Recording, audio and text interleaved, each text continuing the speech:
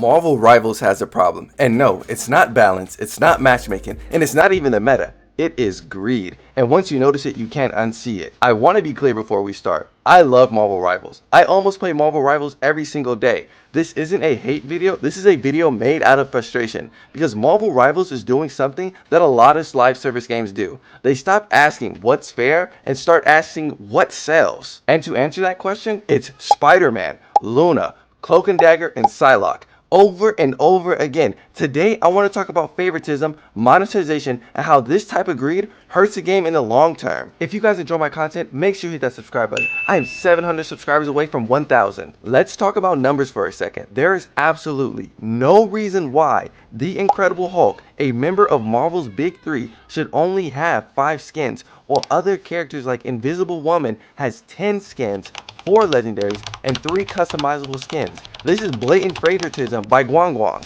Keep in mind, Hulk is a part of Marvel Rivals' original roster, and tell me why the Thing, yes, the Thing, has more skins than him. That being 9, although he doesn't have a legendary, he was released February 21st of 2025. That's 2 months into Marvel Rivals' life cycle. To add insult to injury, Human Torch, Rocket, and Ultron don't even have a legendary skin, and Blade only has 6. I don't care that Spider-Man is the face of Marvel when other heroes out here are starving. As of the making of this video, Spider-Man currently has 14 skins, including his base skin, and when this video drops, another one will come out. And for those who don't know, it's the Disco Spidey skin. So here's the thing that makes this conversation important. Cosmetics just aren't cosmetics anymore. In modern multiplayer games, skins are identity. They're how players express themselves. They show time investment. You know, everybody wants to grind for their favorite character's lore. They make players feel seen. And you know what players hate more? Reskins. Don't get me wrong, reskins are cool, but if you ask a person, are they going to take a reskin over an epic skin or a unique skin? No one's going to choose the reskin because it feels like a cheap knockoff. Players are tired of seeing the same 5 characters getting new skins while they're stuck getting a recolor. So when the game constantly rewards some heroes with attention and polish and ignore other ones, it sends a message. Not a loud one, a quiet one. You matter less. And that message doesn't just explode the game overnight. It slowly erodes it. Players just don't feel that same connection that they do because the other heroes are getting more attention. No one wants to feel like the left out child, let's be honest. And you guys want to know the frustrating part? It's not like these heroes aren't liked. We're talking about Human Torch, Hulk, and Blade. They all have been in big movies that I want to say grossed over 500 million, adjusting for inflation. But heroes like Spider-Man sell because it's safe, it's familiar. Spider-Man sells without a risk, but safe does not build strong ecosystems. They build predictable ones. A perfect example is when you click on the item shop and you see a new Spider-Man skin or he's in an event, you're like, oh, wow, that's so cool, a new Spider-Man skin. Still haven't got my skin yet. What Marvel Rivals is doing, intentionally or not, is creating a class system within its own roster. Their greed does sicken me. Without a shadow of a doubt, there's something I would call priority heroes. And then there's everyone else. Priority heroes get more skins, more visibility, more marketing, more community hype, and everyone else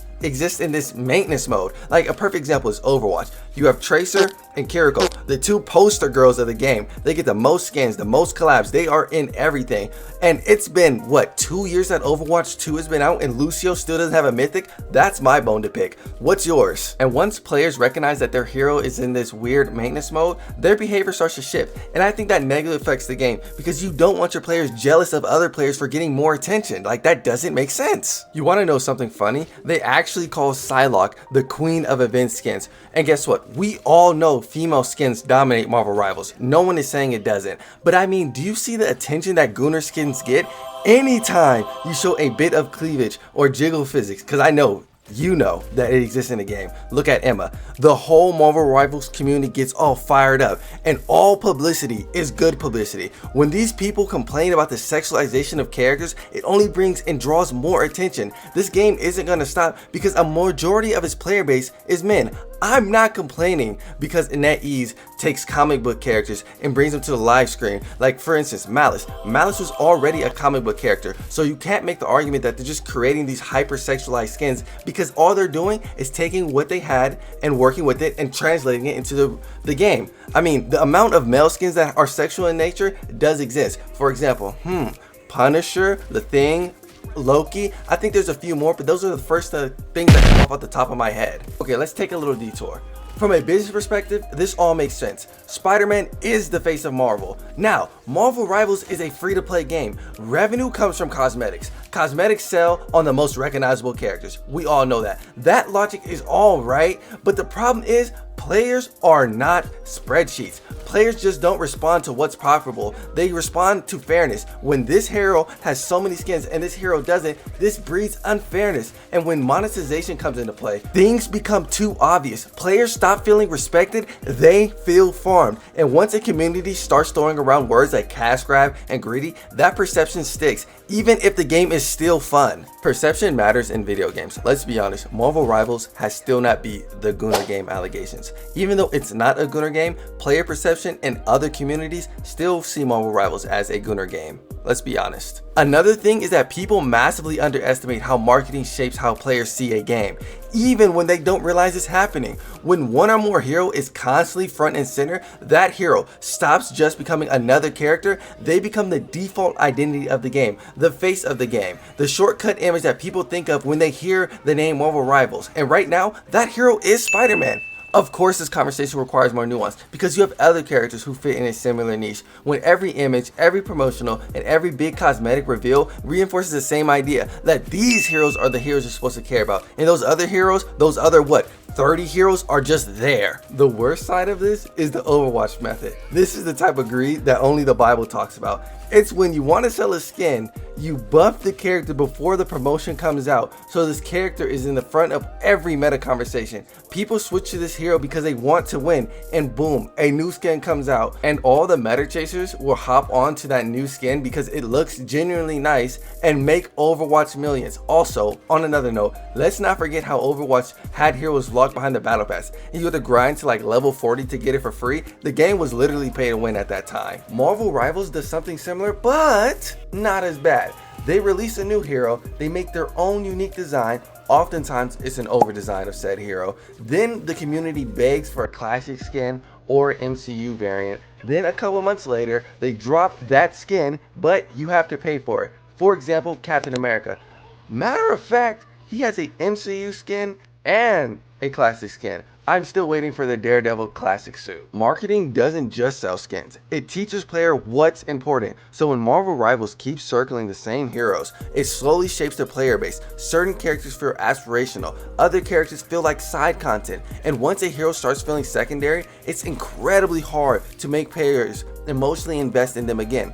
This is how rosters lose personality, not through bad design, but through neglect. When having conversations like these, there are parts that gets ignored. Like, players don't just play the game, but they build identities inside of them. When I play Spider-Man, I feel like Spider-Man. When you play your main, I bet you want to feel like your main. And when your character just doesn't get the attention that he deserves, and you kind of feel left out, because I can't lie, I enjoy playing Spider-Man. I actually logged into the game, seeing that disco skin came out, and I bought it instantly. I'm not gonna lie, but I do often feel bad for players who log into the game and are looking for their skin or their new hero or some new content and they're just not getting it. I find that incredibly disheartening for the player base. So I think that's something that needs to happen, is that we need to have rotational skins, rotational legendaries, and things that prioritize who gets skins next. I think that Spider-Man is great in the position he is. Spider-Man can go maybe 2 more months without getting a new skin. I honestly am waiting for his classic skin. That's the only skin I want.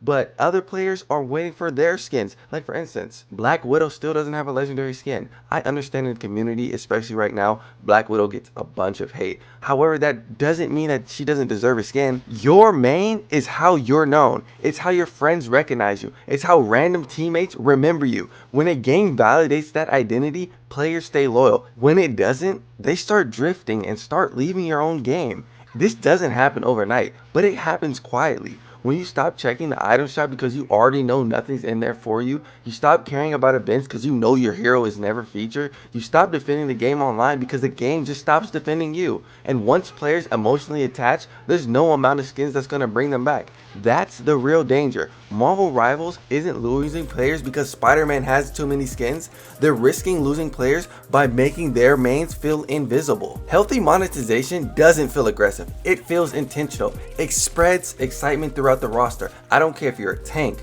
DPS, or support. Imagine logging in and seeing a premium golden skin. You are excited. You might drop that $20. It's clear effort. You know the sound effects, the ult, the voice lines, it's all different. This makes you excited to want to play the game and try out that hero. This moment is something that is powerful. A player feels, oh wow, you didn't forget about me. That's how you build loyalty. Now, Marvel Rivals is being carried by the Marvel name. If they had done these practices and be in other studio, they might not be as successful. They're not milking it until it burns out. Just put it in rotation. That's all we're asking for by giving everybody a chance to feel seen. A healthy monetization makes players feel like they're part of the ecosystem and not just consumers or customers. The crazy thing is, you still would make money, sometimes even more, because players are far willing to spend more money when they feel respected by their community, by their representation, and by the devs. The reason why I'm making this video now and not months from now is because this is the moment where habits form. Marvel Rivals is still relatively early, still shaping his identity, and still building the trust with his players. This is when decisions matter the most. Favoritism at this stage doesn't just affect sales, it affects the culture, the community. And when the community feels something different, they start to fade. If Marvel Rivals wants to keep its longevity, it needs to show every hero has a future, not just the faces of Marvel. I'm not making this video because I hate Marvel Rivals. I've seen this exact pattern before. You know, Overwatch. Greed doesn't usually pop up as a villain. It shows up as convenience. It's easy, it's quick, it's safe, it's predictable updates. The same heroes getting new skins over and over again. And by the time people realize something is wrong, the damage is already done. Marvel Rivals still has time. It's still in goodwill. The community cares enough to complain. But favoritism is a warning sign. I'd rather talk about this and see change before it's too late. Now, what I want you guys to do right now, leave in the comments, who do you main? How many skins do you have of theirs? And be honest. And do you feel like their hero actually matters? And do you feel like you're being represented in said game? If you guys have enjoyed this YouTube video, make sure you guys hit that subscribe button. Peace out.